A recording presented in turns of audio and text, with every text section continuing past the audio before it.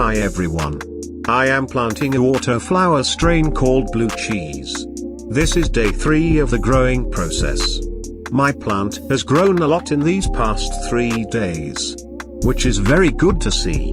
I hope my ganja plant will keep up this pace.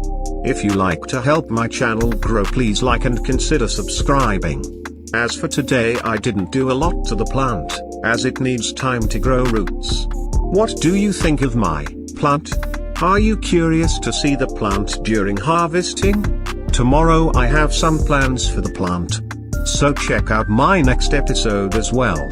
And if you are also a grower, I would like to know what you like to plant, so let me know in the comments section.